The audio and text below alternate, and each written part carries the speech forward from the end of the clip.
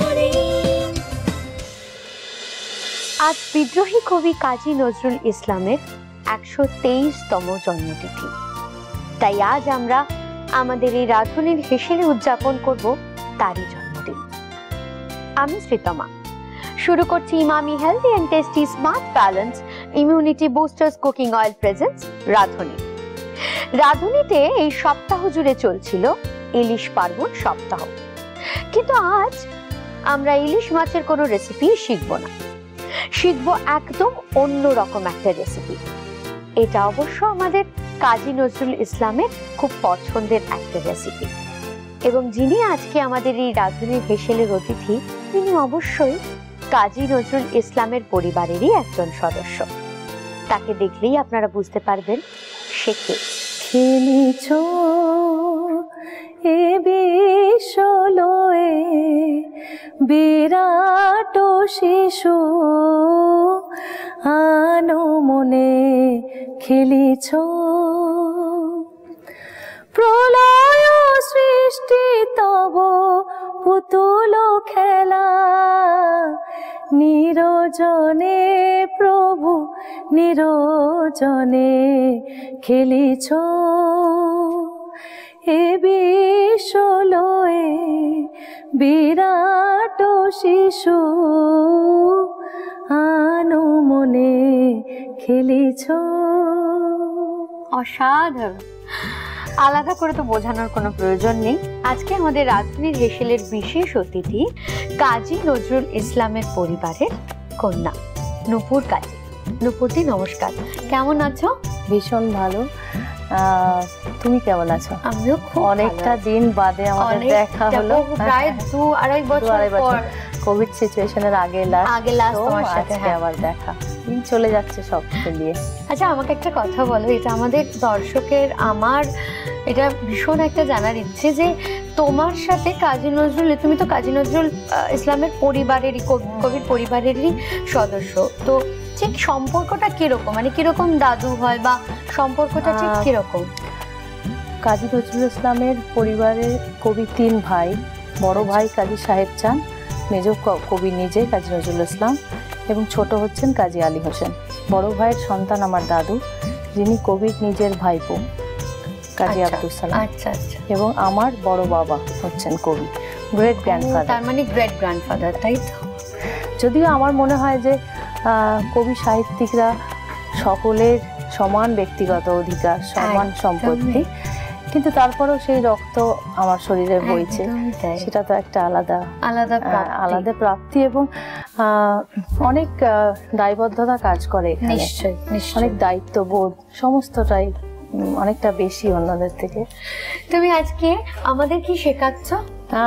আজকে যেহেতু খুব বিশেষ একটা দিনে আমরা আজকের এই অনুষ্ঠান আমাদের, এবং সেখানে কবি যে খাবারগুলো পছন্দ করতেন, যদিও আমি এটা দর্শকদের সবাইকে বলি যে আমরা যত ভালো ভালো লেখকের যে বই আমরা পড়েছি, কবি কি পছন্দ করতেন বা কিরকম ভাবে উনি তার লাইফস্টাইল তিনি করতেন, সেগুলো সব পাওয়া গেছে, কিন্তু খাবারের বিষয়টা খুব কম লেখকই সেটা মেনশন করেছেন।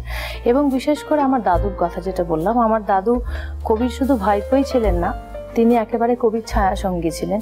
তো দাদুর মুখ থেকেও শোনা যে তিনি কিন্তু এগরোল এবং ডিম পোচ ভীষণ পছন্দ করতেন। আচ্ছা। এবং সকালের ব্রেকফাস্টে সেটা খুব মাস্ট ছিল, মানে ওটা চাই।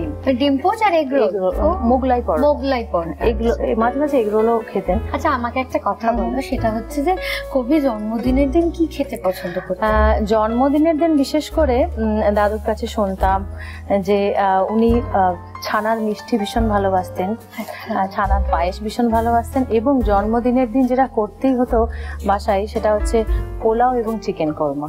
মানে এটা সন্তানদেরও যেদিন জন্মদিন থাকতো সেই দিনগুলোতে এই পোলাও, চিকেন কোরমা এগুলো বানাতে হতো। তার মানে কি সেটাই রিচুয়ালস হয়ে গেছে, যেটা হবেই, মানে এটা ভীষণ ভালোবাসতেন। আচ্ছা।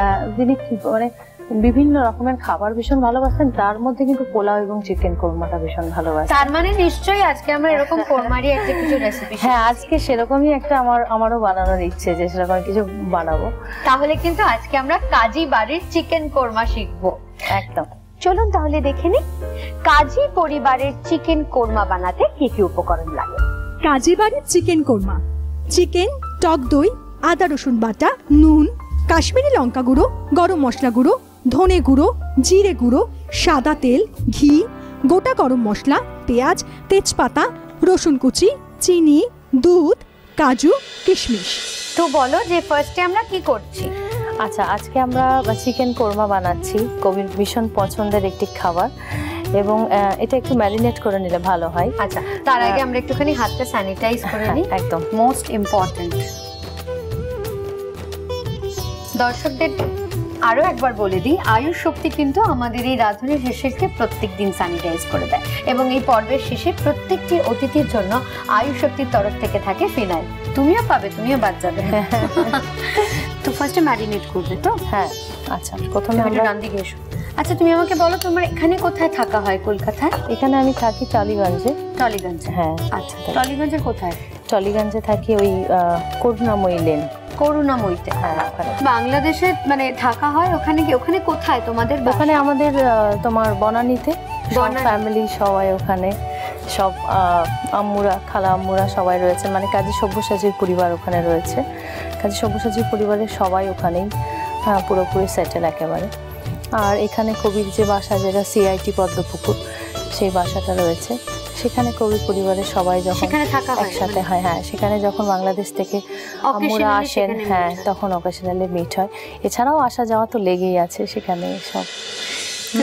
আচ্ছা, আমি চিকেনটা একেবারে জল ঝরিয়ে নিয়ে ওটা রেখে একটু টক দই, পুরোটাই লাগবে নিশ্চয়ই? আমি এটাতে পুরোটা দিচ্ছি না, কারণ যদি লাগে তখন আবার নেওয়া হবে। আমাকে একটা কথা বলো, আমার কি এখানে কোনো তেল গরম করতে? হ্যাঁ, একটু তেল গরম করতে দিলে ভালো। ঠিক আছে। আচ্ছা, টক দই, একটু আদা রসুন পেস্ট, পরিমাণ মতো নুন, যে যেরকম নুন খাই, একটু কাশ্মীরি মির্চ, হলুদটা দেব না, হলুদ দিতেও পারেন অনেকে, আবার নাও দিতে পারেন। আমি হলুদটা ইউজ করি না, কারণ কোরমা তো একটু হলুদটা। আমাকে একটা কথা বলো, যে তুমি তো কাজী নজরুল ইসলামের পরিবারের কন্যা এবং কন্যা সন্তান। সব থেকে বড় কথা, তখনকার দিনে কন্যা সন্তানরা যেহেতু অতটা প্রিভিলেজ পেত না, সেই কারণেই জানতে চাইছি, তুমি কি ছোটবেলা থেকে সেই প্রিভিলেজটা পেয়েছো? মানে যেহেতু তুমি কবির পরিবারের সদস্য এবং কন্যা সন্তান। না, দেখো, এটা কিন্তু আমার পরিবারে, আমার ক্ষেত্রে বা আমাদের ক্ষেত্রে কখনোই কারোর হয়নি। স্কুলে যখন যেতে তখন বন্ধু, মানে সব থেকে বড় কথা, এটা একটা মজার কথা যে স্কুলে যখন যেতাম তখন দেখো, কাজী সাহেবকে আমি সাহেব এই কারণেই বলি, অনেকে আমাকে জিজ্ঞেস করে যে বাহ কি সুন্দর তুমি বলে কাজী সাহেব, কারণ উনি সত্যি একজন সাহেবই ছিলেন। কারণ উনি একজন অভিজাত পরিবারের সন্তান ছিলেন, অভিজাত ঘরের সন্তান ছিলেন, যার 999 একর সম্পত্তির মালিকানাধীন ছিলেন তিনি। কিন্তু সেই সমস্ত কিছুকে সরিয়ে রেখে তিনি দারিদ্রতাকে বরণ করে নিয়েছিলেন, শুধুমাত্র সমাজের সমস্ত স্তরের, সমস্ত শ্রেণীর মানুষের জীবনের কথা ভেবে, যে সেই জীবনবোধটাকে আমি উপলব্ধি করব।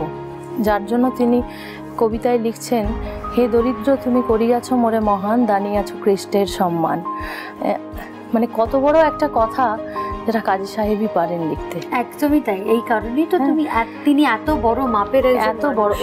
এবং যখন আমি স্কুলে যেতাম, আমাকে সবাই মানে এরকম জিজ্ঞেস করতো, আচ্ছা তুই কাজী নজরুল ইসলামের পরিবারের, তোর কেউ হয়? তো আমি না তখন বুঝতে পারতাম না, কারণ আমিও তো আর সব শিশুর মতোই। এবং আমার কাছে কাজী সাহেব মানে ওই পাঠ্যপুস্তকে পড়া তার সেই কবিতা লিচু চোর বা প্রজাপতি গান, সেটাই আমার কাছে, আমি ওই পাঠ্যপুস্তকের মধ্যে আটকে।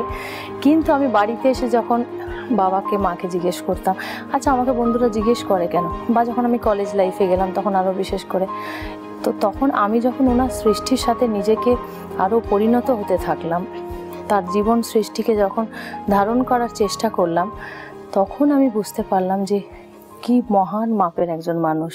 অরুণ কান্তিকে যোগী ভিখারি নীরবে হেসে দাঁড়াইলে সে, নীরবে হেসে দাঁড়াইলে সে। এবার আমাকে বলো যে এই যে চিকেনটা, মানে গল্প তো থামবে না, এমন একজন মহান ব্যক্তিকে নিয়ে আজকে আমাদের এপিসোড, যে এই গল্প শেষ হওয়ার নয়। আচ্ছা, আমি না এটার মধ্যে একটু সাদা তেল গরম করতে দিলাম, কারণ বেরেস্তাটা ওটার মধ্যে ওটা একটা বেরেস্তা করে রাখবো আগের থেকে। আমি কি এটার মধ্যে একটু ঘি দিতে পারি? হ্যাঁ, একটু ঘি দাও। তুমি ওখান থেকে একটা স্পুন দাও। আর এটার মধ্যে আমি কড়াইটা অলরেডি গরম বসিয়ে দিয়েছি, তুমি এটার মধ্যে 1 চামচ চিকেন, ওটা গরম হলে আমরা পেঁয়াজটা ওটার বেরেস্তার জন্য দেব। আচ্ছা, এটার মধ্যে আমরা চিকেনটা করবে তো থাকি ততক্ষণ। গরম হয়ে গেছে একদম। এবার কি করব বলো? এটার মধ্যে এটা ঘিতে রান্না করব। আচ্ছা, ঘিটা দিয়ে দাও। হ্যাঁ, আমি ইচ্ছে করেই এটা বসিয়ে রেখেছিলাম তাড়াতাড়ি। হ্যাঁ, তার সময়টা।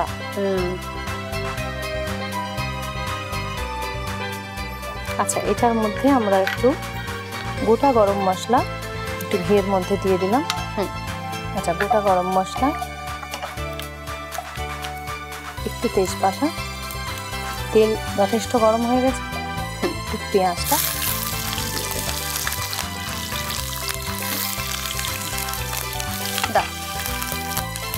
একটু ওইটা একটু ঢাকা দিয়ে দিলে আমার বোধ হয় পেঁয়াজটা একটু নরম হয়ে যাবে। এবারে হ্যাঁ, চিকেনটা ম্যারিনেট করে রেখেছিলাম, সেটা আধা ঘন্টা ম্যারিনেট করে রাখলেই হবে। হ্যাঁ, আমি আদা রসুন পেস্ট দিয়েছি, একটু রসুন কুচি দিতে চাইলে রসুনটা দেওয়া যেতে পারে। আমি এটা উপর থেকে দিলাম, এটা আমারও ভীষণ স্মেল আসবে। একদম তাই। আমাকে একটা কথা বলো, আমি শুনেছি এটা তোমার দাদু, মানে উনি নাকি কাজী নজরুল ইসলামের শেষ সময়টায় সব সময়ের জন্য সঙ্গী ছিলেন। দাদু ভীষণ কবিকে ভালোবাসতেন, কারণ শেষ সময় যখন উনি রাঁচিতে 11 মাস যখন ওনার পিক ডিজিজ যখন ধরা পড়লো এবং নজরুল নিরাময় কমিটি যখন গঠন হলো, তখন ওনাকে 11 মাস রাঁচিতে চিকিৎসার জন্য নিয়ে যাওয়া হয়। সেই 11 মাসও দাদু সঙ্গে ছিলেন এবং দাদুর মুখে শুনতাম যে দাদুর, আমি একটাই নাতনি, এবং দাদুর কাছ থেকে দাদু সব সময় বলতো যে এমনই অবস্থা ছিল যে কোনো এক সময় হয়তো ওনাকে ইলেকট্রিক শেক দেওয়া হচ্ছে। হ্যাঁ, তখন সেই সময় যদি কবি যদি কোনো এক সময় দাদুকে দেখতে না পেতেন, তো তখন নিজের জামা কাপড় তিনি ছিঁড়ে ফেলতেন, চারিদিকে বলতে পারতেন না, কিন্তু চারিদিকে তার চোখ কিন্তু দাদুকে খুঁজতো।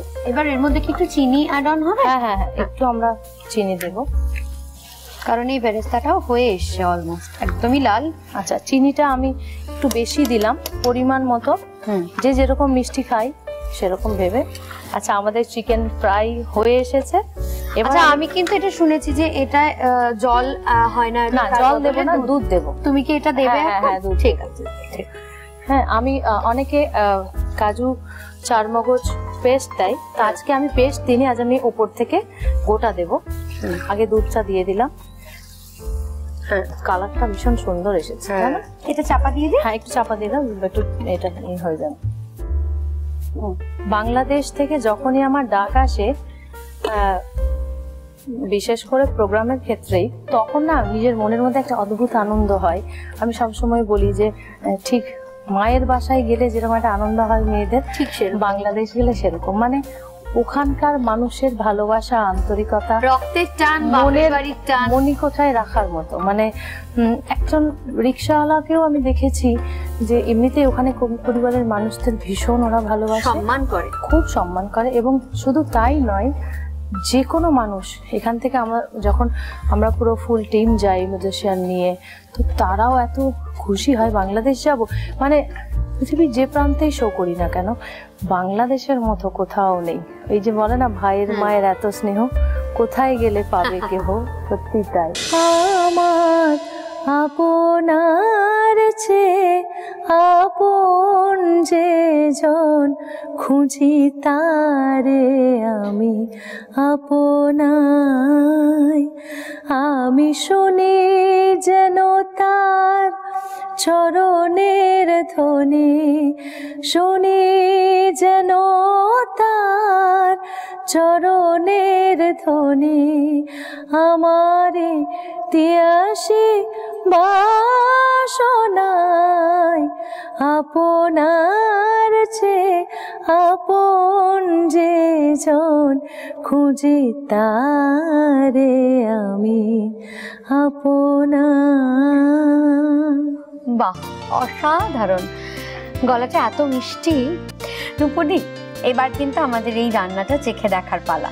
তুমি বললে যে কবি কোরমার সঙ্গে পোলাও খেতে ভালোবাসতেন, তা তুমি দেখতেই পাচ্ছ এখানে আমাদের গরম গরম পোলাও হাজির হয়ে গেছে।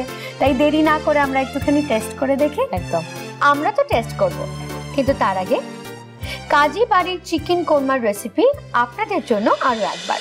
কাজী বাড়ির চিকেন কোরমা: চিকেন, টক দই, আদা রসুন বাটা, নুন, কাশ্মীরি লঙ্কা গুঁড়ো, গরম মশলা গুঁড়ো, ধনে গুঁড়ো, জিরে গুঁড়ো, সাদা তেল, ঘি, গোটা গরম মশলা, তেজপাতা, রসুন কুচি, চিনি, পেঁয়াজ, দুধ, কাজু, কিশমিশ।